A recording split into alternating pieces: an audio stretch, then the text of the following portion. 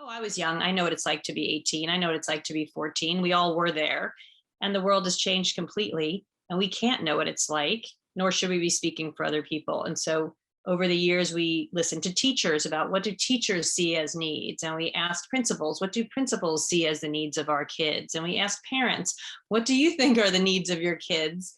And then you think, oh, wait a minute, what about the kids?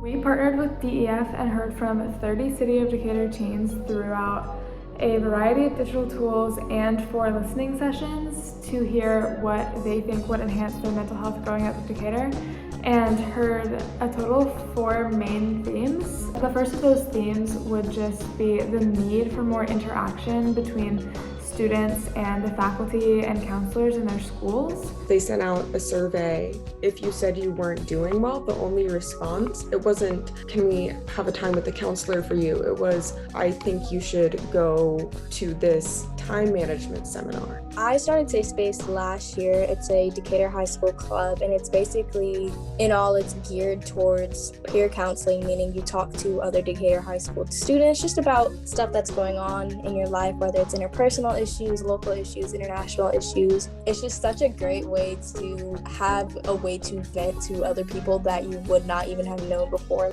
And so that is definitely what helped me this year. Another would be that they want designated places and times to work and to not work. For the stress management, it could look more just like a quick 15-minute clinic, especially on the weeks, like the last week before break or the last week of every semester, because I feel like those are big stressful moments for people. I understand some people, they have sports and they have clubs, and sometimes I feel as though those adults, they see it as, okay, all of this time needs to go to just this and this only. So I think there needs to be a lot less focus on just academics, because that's not the only important thing for our mental health. Another theme we heard emerge from these listening sessions is that mental health resources need to be more accessible in Decatur and in our school specifically.